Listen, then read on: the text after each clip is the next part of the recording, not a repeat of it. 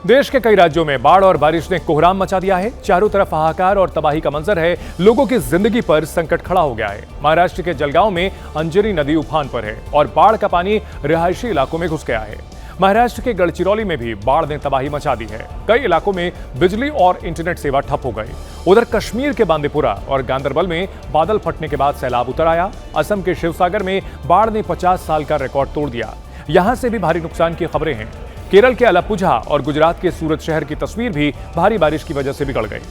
उत्तरकाशी में बारिश और लैंडस्लाइड की वजह से लोगों पर मुसीबतों का पहाड़ टूट पड़ा है। महाराष्ट्र के जलगांव जिले में भीषण बाढ़ के बीच इंसानियत की मिसाल देखने को मिली है। बहादुर युवक और बचाव दल ने उफान के बीच महिलाओं और बच्चों की जान बचाई और फिर सब इन योद्धाओं के कायल हो गए। क्योंकि भयंकर बाढ़ के बीच युवकों ने अपनी जान की परवाह नहीं की और महिला को बचाने के लिए पानी में उतर गए। तस्वीरें महाराष्ट्र के जलगांव के अमलनेर की हैं, जहां इलाके में बाढ़ का पानी घुस गया और इस उफान में युवकों ने हिम्मत दिखाई और गर्दन तक पानी के बीच रस्सी के सहारे महिला का रेस्क्यू किया। उधर जलगांव के पारोला में एक युवक नदी में बह गया, जिसके बाद इलाके में हल्ला मच गया। बताया जा रहा है कि युवक मछली पकड़ने गया और उसी दौरान वो तेज बहाव की चपेट में आ गया।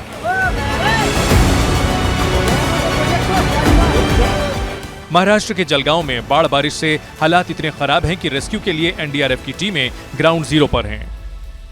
अमलनेर में जवानों ने एक नवजात को प्लास्टिक के टब में लिटाकर कई फुट पानी के बीच उसका रेस्क्यू किया। इस ऑपरेशन के लिए जवानों की जमकर तारीफ हो रही है। कश्मीर के बांदीपुरा में आसमान से ऐसी आफत बरसी कि लोगों की जान पर बनाई। भारी बारिश के बाद बादल फटने की वजह से फ्लैश फ्लड आ गया और फिर डराने वाला मंजर नजर आया। पानी की रफ्तार और उसका शोर डरा रहा है। नदी नालों में ये उफान बादल फटने के बाद आया है और इसने लोगों की जिंदगी मुसीबत में डाल दी है। जम्मू कश्मीर के बांदीपुरा के कई इलाकों में पानी और मलबा लोगों के घरों तक पहुंच गया है। सड़कों पर ऐसा लग रहा है जैसे पहाड़ों से कोई सैलाब उतर आया हो और पानी की इस तेज धारा के बीच से गाड़ियां गुजर रही हैं। फ्लैश फ्लड की वजह से बांदीपुरा श्रीनगर मार्ग पर कई जगह रास्ता बंद है। प्रशासन लोगों को सावधान कर रहा है कि यात्रा से बचें और नदी नालों से दूरी बनाकर रखें। जम्मू कश्मीर के कई जिलों में हो रही बारिश से हालात बिगड़ गए हैं। करगिल में श्रीनगर लेह नेशनल हाईवे पर बादल फटने से अचानक तबाही का मंजर देखने को मिला है। मीना मार्ग इलाके में बादल फटने के बाद भारी मात्रा में मलबा और पानी सड़क पर आ गया, जिसके बाद प्रशासन ने तुरंत राहत और बचाव अभियान शुरू कर दिया। हालांकि जानमाल का नुकसान नहीं हुआ, फिर भी कई परिवारों को इलाके की दूसरी जगहों पर शिफ्ट कर दिया गया है। वहीं बादल फटने के बाद श्रीनगर लेह नेशनल हाईवे पर आवाजाही प्रभावित हुई है। प्रशासन और सुरक्षा एजेंसियां हालात पर नजर बनाए हुए हैं। इधर गांदरबल में अचानक आई बाढ़ की वजह से तबाही मची हुई है, जिससे कई इलाके पानी में डूब गए हैं।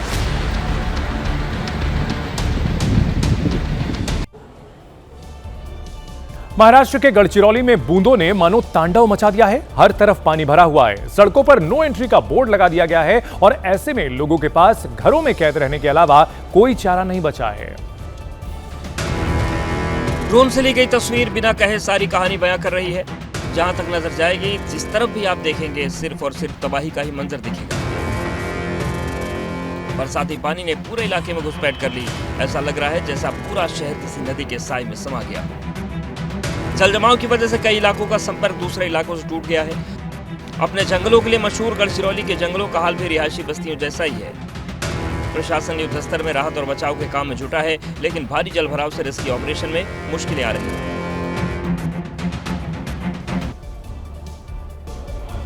उत्तराखंड के उत्तरकाशी में लगातार मूसलाधार बारिश के बीच भयंकर लैंडस्लाइड जारी है। सड़कों पर इतना मलबा जमा है कि कई गांवों का संपर्क आपस में टूट गया है और लोगों की जिंदगी पटरी से उतर गई है। पहाड़ों पर हुई पत्थरों की बारिश की वजह से पूरे इलाके में अफरा तफरी मच गई। ये आफत उत्तरकाशी के स्याना चट्टी कस्बे में उतरी है। भयंकर लैंडस्लाइड के बाद यमुनोत्री राष्ट्रीय राजमार्ग स्याना चट्टी के पास आवाजाही के लिए बंद हो गया है, क्योंकि लाखों पत्थरों का सैलाब सड़कों पर है।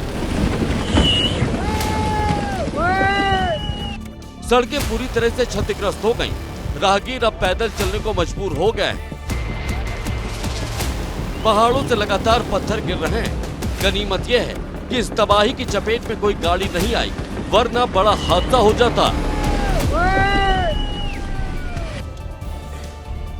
इधर उत्तराखंड के उत्तरकाशी में भी मानसून का कहर जारी है। बाढ़ और बारिश के बीच रास्ते बंद हो गए हैं। इस बीच एक हैरान करने वाली तस्वीर भी यहां से सामने आई है। यहाँ पर बीमार महिला को डोली में बैठाकर नदी पार करवाई जा रही है। दरअसल यहाँ भारी बारिश की वजह से आधा दर्जन गांव का मुख्य मार्ग से संपर्क कट गया है। सोचिए, जरा सी भी गलती हो जाती तो बचने की गुंजाइश बिल्कुल नहीं थी, क्योंकि नदी में भारी बारिश की वजह से बाढ़ आई हुई है। उधर कुछ लोग अपनी पीठ पर बैठाकर एक बुजुर्ग बीमार व्यक्ति को कई किलोमीटर चढ़ाई पैदल करने को मजबूर है। तस्वीरें उत्तरकाशी जिले के मोरी क्षेत्र की हैं। दरअसल भारी बारिश के बाद सड़कें, पुलिया और आवागमन के सभी साधन बंद हो गए। हालांकि ग्रामीण कई बार स्थानीय प्रशासन से संसाधनों को दुरुस्त करने की मांग कर चुके हैं, लेकिन प्रशासन के कान पर जूं नहीं रेंगती।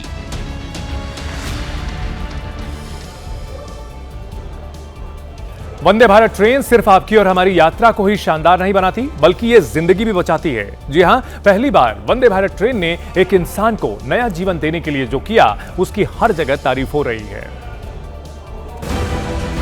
कुछ ही घंटे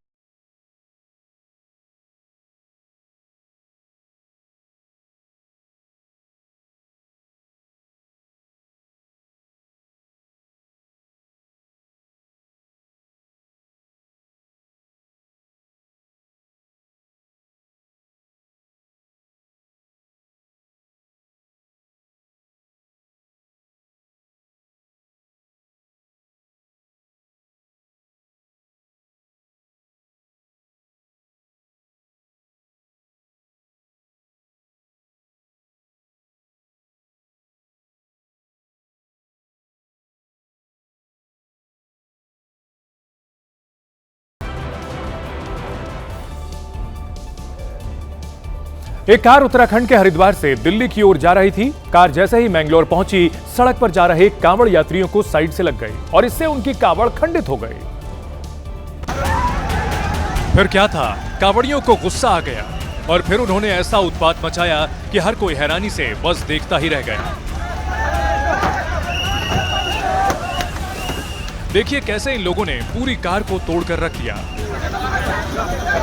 बेरहमी से युवक कार पर टूट पड़े और उस पर तब तक हमला किया जब तक चलती कार कबाड़ में तब्दील नहीं हो गई। मौके पर पहुंची पुलिस ने किसी तरह मामले को शांत कराया। कार को कब्जे में लेकर पुलिस ने जांच शुरू की और फिर हुई एक्शन की शुरुआत। नाम मेरा ना जाए, मैं गाड़ी पे कूद रहा था, गाड़ी के शीशे तोड़ रहा था कावड़ वालों के साथ। आगे से नहीं करूंगा, मुझसे गलती हो गई है बहुत बड़ी। राजा तो गिरफ्तार हो गया। अब उत्तराखंड पुलिस बाकी आरोपी कांवड़ियों की तलाश में जुटी है। उत्तराखंड के हरिद्वार में अलग अलग हिस्सों से लाखों शिव भक्त गंगा जल लेने के लिए पहुंच रहे हैं, लेकिन ऐसा लगता है कांवड़ियों के वेश में कई उत्पाती भी पहुंच गए हैं। और ऐसा बोलने की वजह आपके सामने है। देखिए किस कदर उग्र भीड़ का गुस्सा युवक पर फूट पड़ा। बताया जा रहा है कि जिस युवक की पिटाई हुई वो तेल मालिश का काम करता है। कुछ कांवड़ियों ने युवक से तेल मालिश करवाई, लेकिन इसके बाद उनको जलन होने लगी। इस बात पर उत्पाती कांवड़िए भड़क गए और पुलिस के सामने युवक को बेरहमी से पीट डाला। वो तो गनीमत रही कि स्थानीय व्यापारी पुलिस की मदद को आगे आ गए और उन्होंने मिलकर युवक को बचाया, नहीं तो मालिश करने वाले युवक की जान भी जा सकती थी। स्थानीय लोग आरोपियों के खिलाफ सख्त कार्रवाई की मांग कर रहे हैं। एक बड़ी खबर आ रही है। सांसद पप्पू यादव की प्रेस कॉन्फ्रेंस में बवाल हुआ है। दिल्ली में पप्पू यादव के घर पर यह हंगामा हुआ है। पप्पू यादव जिन्होंने 2 दिन पहले संसद परिसर में भगवा पहन करके राम मंदिर में चंदा चोरी का मंचन किया था और इसको लेकर के पूरे देश में जगह जगह विरोध प्रदर्शन हो रहे हैं और यहां पर हंगामा भी हुआ है उनकी प्रेस कॉन्फ्रेंस में। एक युवक हंगामा कर रहा था और पप्पू के समर्थकों ने उस युवक के साथ मारपीट भी की है। पप्पू यादव की प्रेस कॉन्फ्रेंस में यह बवाल हुआ है। पप्पू यादव बिहार के पूर्णिया से सांसद हैं। 2 दिन पहले उन्होंने संसद परिसर में विपक्ष के कई सांसदों के साथ मिलकर के भगवा पहन करके राम मंदिर चंदा चोरी का विरोध किया था और इसको लेकर के जगह जगह उनके खिलाफ प्रदर्शन हो रहा है। एफआईआर भी दर्ज हुई है और आज ये प्रेस कॉन्फ्रेंस कर रहे थे।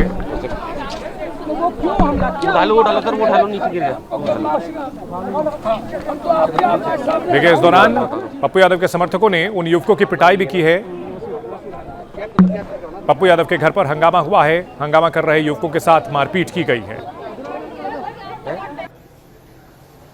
पप्पू यादव के खिलाफ देश में अलग अलग जगह विरोध प्रदर्शन चल रहे हैं। हिंदुवादी संगठनों ने आरोप लगाया है कि उन्होंने भगवा का अपमान किया है। पप्पू यादव ये जवाब दे रहे हैं कि क्या उन्हें भगवा पहनने का अधिकार नहीं है और इस घटना को लेकर पप्पू यादव का यह कहना है कि हमलावर उन्हें मारने के लिए आया था। तस्वीर राजधानी दिल्ली की है। पप्पू यादव के घर पर हंगामे की यह तस्वीर है।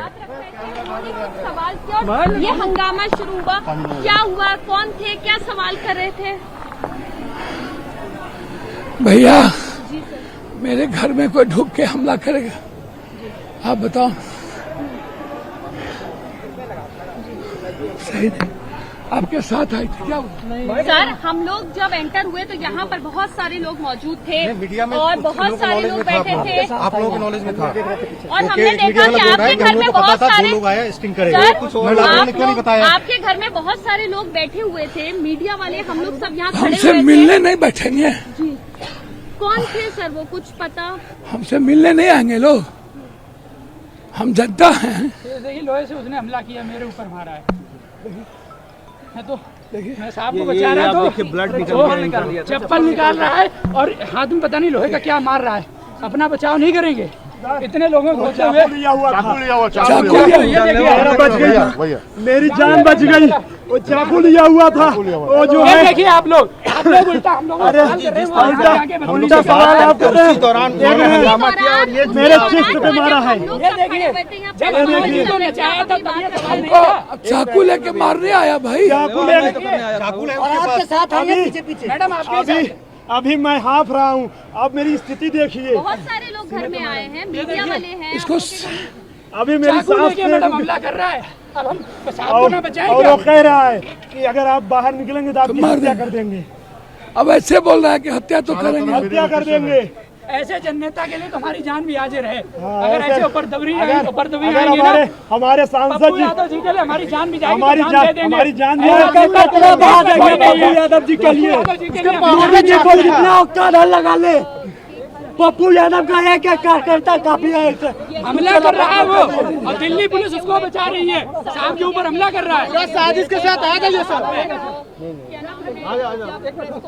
रही थी, पप्पू यादव जी अपनी बात एक सवाल किया और उस सवाल के बाद सवाल नहीं उसके बाद ये झगड़ा शुरू हुई, जिसके बाद पूरा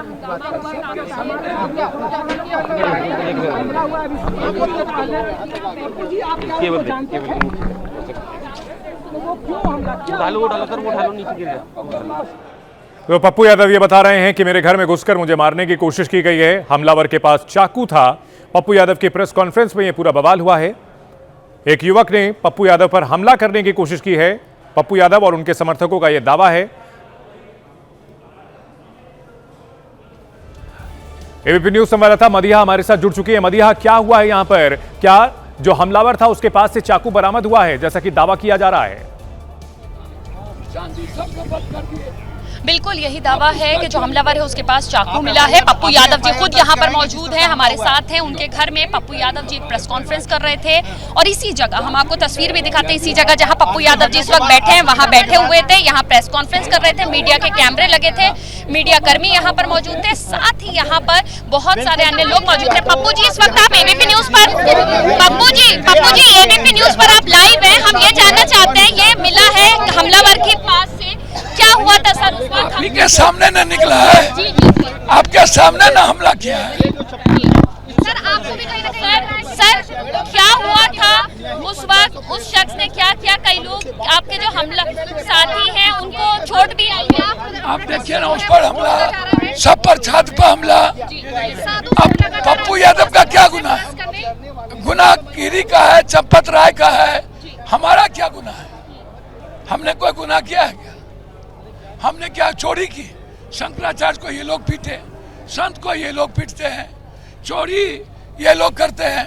200 सोना किलो सिंधी का चोरा लिए, सोना चोरा लिए, केदारनाथ बद्रीनाथ। सर सपा जो आपका साथ दे रही थी वो कह रही है आपको माफी मांग लेनी चाहिए। यहाँ पर पप्पू यादव के जो समर्थक हैं वो भी मौजूद हैं जिनको चोट लगी है। आप देखिए वो लोग भी यहाँ मौजूद है, उनकी भी तस्वीर हम दिखाते हैं। एक शख्स यहाँ पर मौजूद है, उसके अलावा ये एक उनका समर्थक है जो बता रहे हैं कि चाकू से। क्या नाम है आपका? आप सर के साथ ही खड़े हुए थे उस वक्त? मैं रजत यादव नाम है, मैं सर के साथ ही था। उसने अचानक से चाकू निकाला, यूं क्रॉस करके चलाने लगा, तो मैंने ऐसे करके हाथ आगे किया तो इस पे ऐसे ये वाली उंगली पे सीधा टच करते हुए गई है।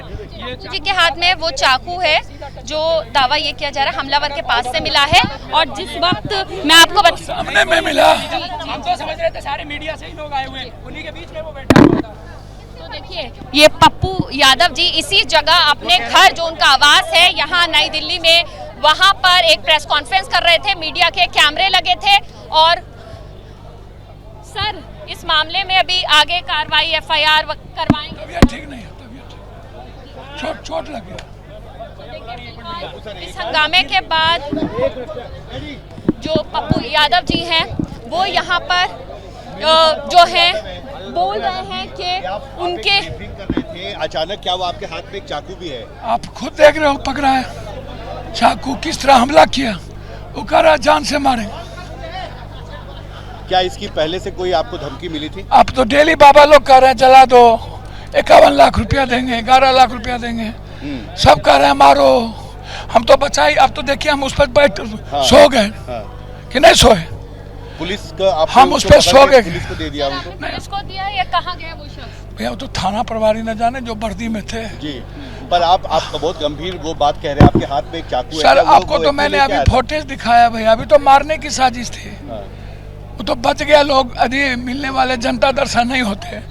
पप्पू यादव का ये दावा है कि उनको मारने की साजिश थी और इसी मकसद से वो शख्स जो है यहाँ आया था और उनके समर्थक जो थे। मैं पहले चारों तरफ की तस्वीर भी दिखाऊं कि यहाँ पर क्या हुआ था। देखिए ये वो जगह है, मैं आपको दिखाऊं जहाँ पर पप्पू यादव प्रेस कॉन्फ्रेंस कर रहे थे। यहाँ मीडिया के कैमरे लगे हुए थे और चारों तरफ बहुत सारे लोग बैठे हुए थे जिसमें पप्पू यादव के समर्थक जो थे वो भी मौजूद थे। और उन्हीं समर्थकों के बीच से, लोगों के बीच से वो शख्स आता है और यहाँ पर तुरंत ही वो हमला करता है, चप्पल फेंकता है। और ये वो चप्पल जो है वो यहाँ पर पड़ा हुआ है जो यहाँ फेंका जाता है। और जो समर्थक हैं जिनको, मुझे ये बताइए, आप बिल्कुल सर के साथ खड़े हुए थे, क्या हुआ था उस वक्त? मैम मुझे तो कुछ समझ में नहीं आया। मुझे मीडिया वाले हैं, बाइट ले रहे हैं और इसमें सबसे बड़ी गलती दिल्ली पुलिस की है। मेरे फ़ोन में मैं SHO साहब को आज 3 बार फ़ोन किया हूँ, कल भी 3 से 4 बार SHO साहब को फ़ोन किया हूँ कि हमें सिक्योरिटी की ज़रूरत है। मेरे घर पे लगातार थ्रेट आ रही है। आज member of parliament Pappu Yadav ji भी आ रहे हैं, मूवमेंट यहाँ ज़्यादा होगी, तो उन्होंने कहा बेफिक्र रहिए, मैं फोर्स दे रहा हूँ। आगे और पीछे मिला के मात्र 3 गार्ड इन्होंने दिया है। 3 गार्ड ने मिलकर साजिश थी। मैं खुद सुबह जाके DCP साहब का 3 घंटे बैठा हूँ, उनके CCTV फुटेज भी निकल जाएगा और रिसीविंग भी करा के लाया हूँ मैं कंप्लेन। उसके बाद भी DCP साहब मिले नहीं, कहीं मीटिंग कर रहे हैं। मेरे ख्याल से DCP मतलब आपने सिक्योरिटी मांगने की कोशिश की थी, एक्स्ट्रा बिल्कुल लेटर दिया गया था, फ़ोन पे भी बात हुई थी, मैसेज भी किया, सब कुछ मेरे फ़ोन में है। DCP साहब मेरे ख्याल से इसी की मीटिंग ले रहे थे, कितने तरीके से पिटवाना है, कितने चाकू भिजवाना है, कितने बंदूक भिजवाना है, कितने बंदूक।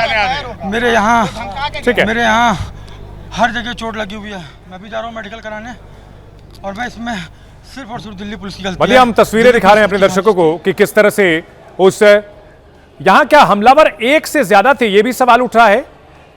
एक शख्स है जो पिंक कलर की शर्ट पहने हुए, उसके ऊपर लोग हमला कर रहे हैं और उसके ऊपर कई लोग थप्पड़ बरसाते हुए नजर आ रहे हैं और उस शख्स के चेहरे पर चोट लगी हुई है। पप्पू यादव अपने समर्थकों को यहां रोकते हुए भी नजर आ रहे हैं।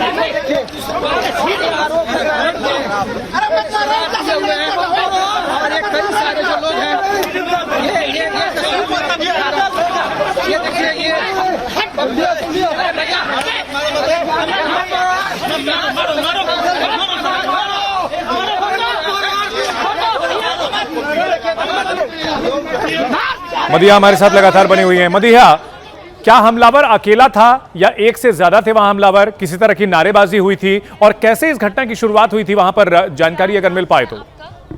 कनिष्क अरोड़ा एडवोकेट, क्या आप सर के सारे मैटर्स मैं सर के सारे मैटर्स देखता हूँ। अभी आपके सामने की है ये वाकया है, क्या कहेंगे इसमें? अब आगे क्या?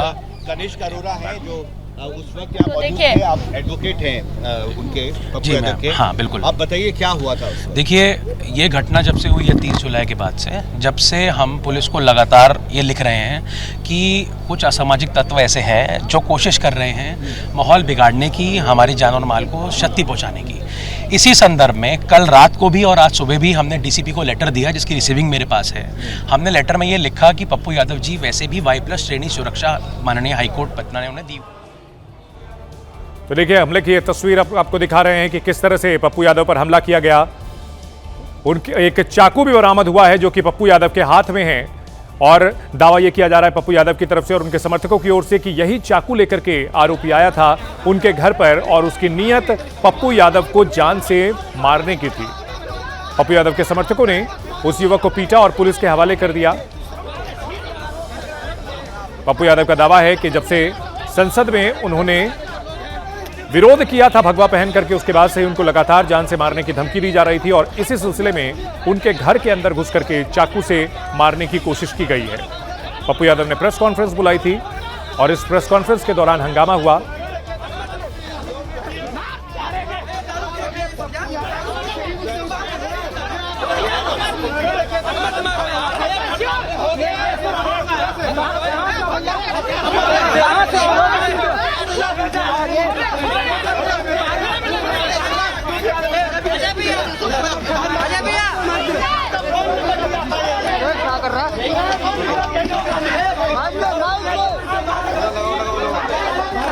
ये एक्सक्लूसिव तस्वीर हम आपको दिखा रहे हैं कि किस तरह से पप्पू यादव के घर पर हमला किया गया है।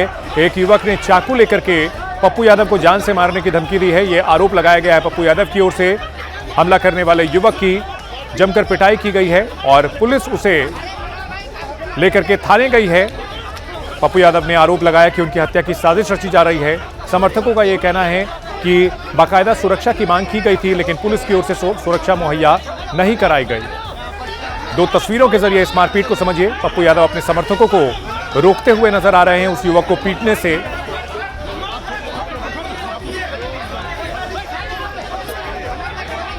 संसद परिसर में जिस तरह से भगवा पहन करके पप्पू यादव ने प्रदर्शन किया था उसके बाद से ही उनके खिलाफ विरोध प्रदर्शन चल रहा है। मुकदमा भी दर्ज किया गया है और पप्पू यादव का आरोप है कि अब उनके घर में घुस करके उन्हें चाकू से मारने की कोशिश की गई है। एक समर्थक के हाथ में चोट भी आई है जो कि एबीपी न्यूज पर हमने आपको तस्वीरें भी दिखाई। समर्थकों ने हमला करने वाले युवक को जम करके पीटा है और उसे पुलिस के हवाले कर दिया है। अभी पता नहीं चल पाया है कि आखिर ये हमला करने वाला युवक कौन है, किसी संस्था से जुड़ा हुआ है या इंडिविजुअल कैपेसिटी में उसने इस हमले को अंजाम दिया है।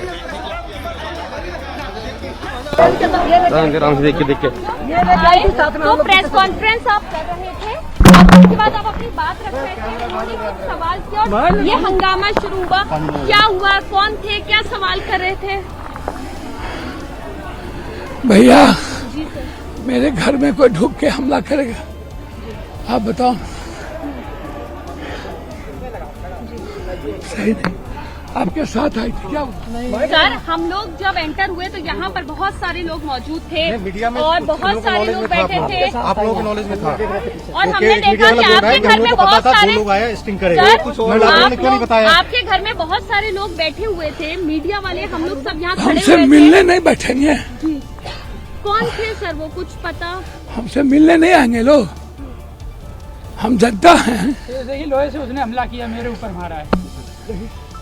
मैं तो मैं साहब को बचा रहा था तो चप्पल निकाल रहा है और हाथ में पता नहीं लोहे का क्या मार रहा है। अपना बचाव नहीं करेंगे। इतने लोगों को चाकू लिया बच गई, मेरी जान बच गई। वो चाकू लिया हुआ था, वो जो है देखिए आप लोग उल्टा हम लोग उल्टा सवाल आप कर रहे हैं। मेरे चेस्ट पे मारा है। चाकू लेके मारने आया भाई। चाकू लेके साथ मैडम अभी मैं हाफ रहा हूँ। अब मेरी स्थिति देखिए। बहुत सारे लोग घर में आए हैं, मीडिया वाले हैं। इसको अभी मेरी सांस मैडम हमला कर रहा है। अब हम और वो कह रहा है कि अगर आप बाहर निकलेंगे तो आपकी हत्या कर देंगे। अब ऐसे बोल रहा है कि हत्या तो करेंगे, हत्या कर देंगे। ऐसे जननेता के लिए तो हमारी जान भी हाजिर है। अगर ऐसे ऊपर दबरी हमारे सांसद जी के लिए हमारी जान भी जाएगी। हमारी जान यादव जी के लिए कितना औकात लगा ले। पप्पू यादव का एक कार्यकर्ता काफी है। हमला कर रहा है वो और दिल्ली पुलिस उसको बचा रही है। साहब के ऊपर हमला कर रहा है। साजिश के साथ आ जाइए सर।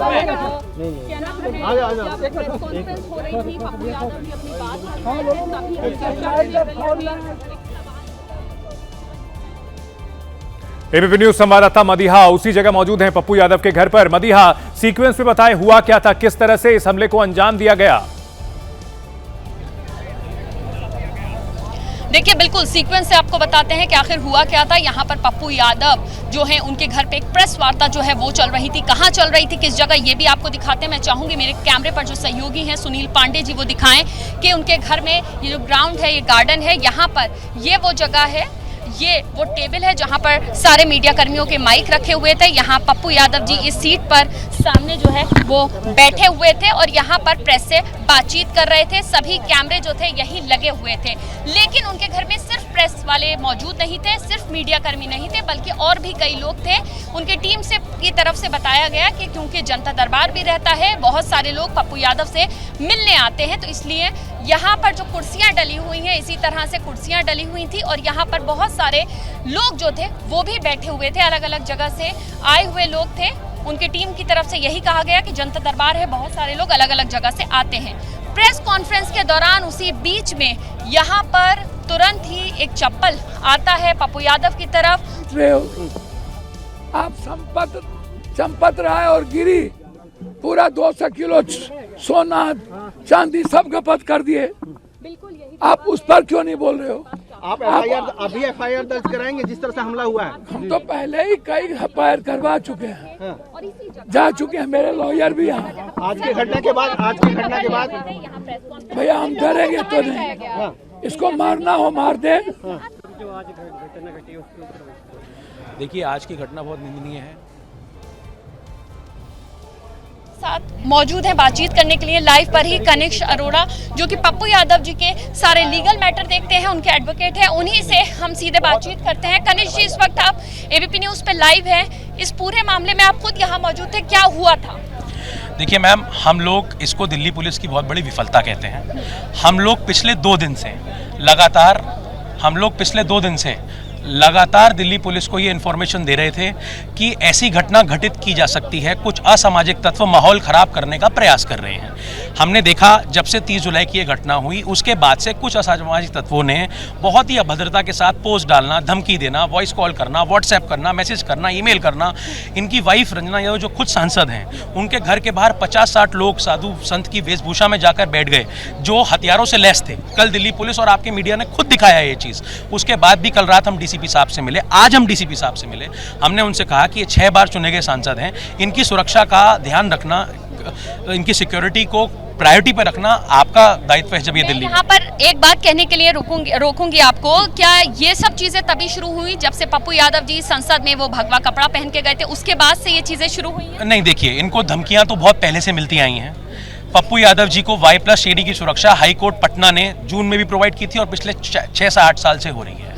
तो थ्रेट परसेप्शन Y+ अगर सरकार किसी को दे रही है तो आप ये समझ सकते होंगे कि इनका थ्रेट परसेप्शन कितना ज्यादा है। Y+ उस इंसिडेंट के बाद लगातार कुछ ना कुछ धमकियां आ रही हैं। हमको 30 से पहले भी धमकी आई थी।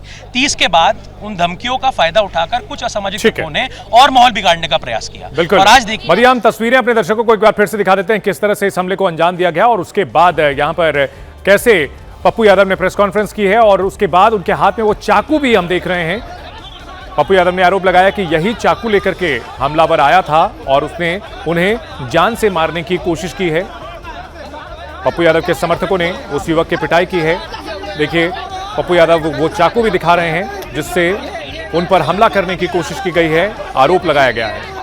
अपने घर पर प्रेस कॉन्फ्रेंस कर रहे थे पप्पू यादव और उसी दौरान हमला किया गया। मदिया हमारे साथ बता रही हैं। मदिया, जैसा कि आप बता रही थी कि पहले चप्पल फेंकी गई और उसके बाद चाकू से हमला किया गया था। एक बार फिर से बताएं, चप्पल फेंकने के बाद फिर क्या हुआ था? देखिए, सबसे पहले चप्पल फेंका गया और कुछ कहा भी गया। यहाँ पर सिर्फ ये नहीं था कि चप्पल फेंकने के बाद एकदम हमला हो गया, क्योंकि यहाँ पर जो समर्थक थे पप्पू यादव के वो भी अलर्ट मोड पे थे। जाहिर है, क्योंकि जनता दरबार था, मीडिया कॉन्फ्रेंस थी, उनके समर्थक, उनके एडवोकेट सब यही मौजूद थे। जब चप्पल फेंकी गई, कुछ शब्द वहाँ से कहे गए। क्या कहा उसने? पप्पू यादव को किसी तरह से तो पुकारा था, कुछ तो कहा था और उसके बाद यहाँ पर एकदम झड़प और हंगामा सा माहौल बन गया। तुरंत पप्पू यादव के समर्थक ने उस शख्स को पकड़ा। पकड़ने के बाद यहाँ पर उस शख्स को जो है वो कहा कि आप जो है कौन है, कहाँ है, और उसके बाद जो मारपीट, हंगामा, झड़प यहाँ पर शुरू हो गई। और फिलहाल यहाँ पर कौन है ये हम देखने की कोशिश करते हैं। तो देखिए क्या हुआ यहाँ पे कनेक्शन। नहीं कुछ तो देखिए, फिलहाल यहाँ पर जो समर्थक है पप्पू यादव की टीम है वो फिलहाल अलर्ट मोड पे है। लगातार यहाँ पर उनकी तरफ से यही कहा जा रहा है कि इसमें वो सवाल खड़े कर रहे हैं दिल्ली पुलिस पर और यहाँ पर सुरक्षा नहीं दी गई, ये भी कह रहे हैं। लेकिन सबसे बड़ी चीज जो यहाँ पर सोचने और समझने की है वो है कि मदिया, एक शख्स चाकू लेकर के, जैसा कि आरोप लगाया जा रहा है कि चाकू लेकर के अंदर आ गया। क्या पप्पू यादव के घर में वहां पर कैंपस में घुसने से पहले सुरक्षा जांच नहीं होती है? अमूमन मेटल डिटेक्टर्स लगे होते हैं और क्या वहां पर सुरक्षा के इंतजाम नहीं थे कि एक शख्स चाकू लेकर घुस गया?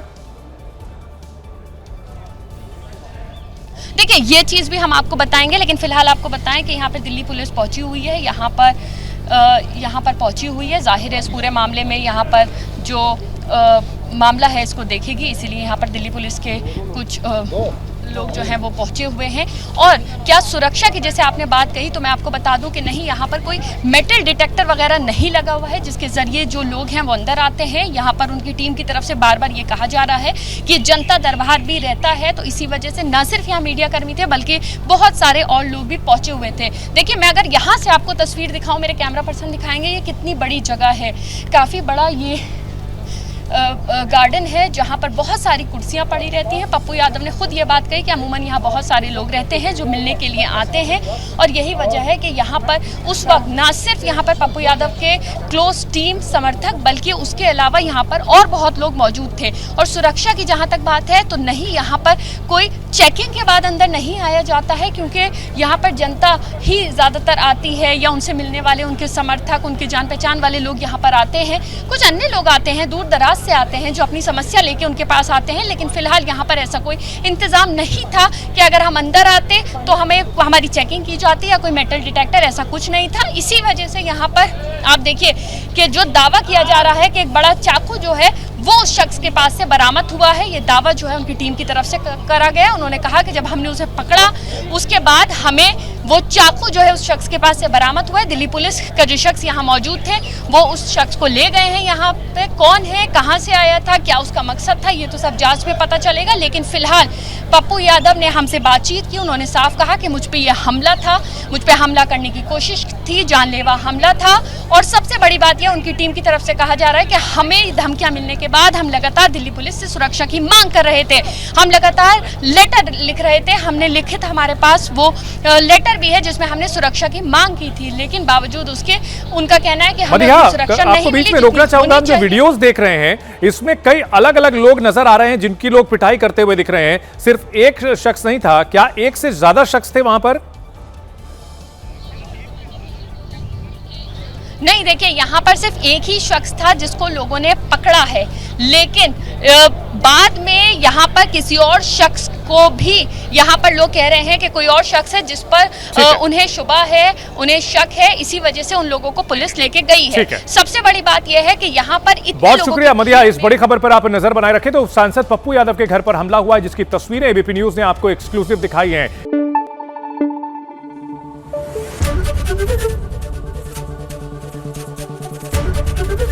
एबीपी न्यूज आपको रखे आगे।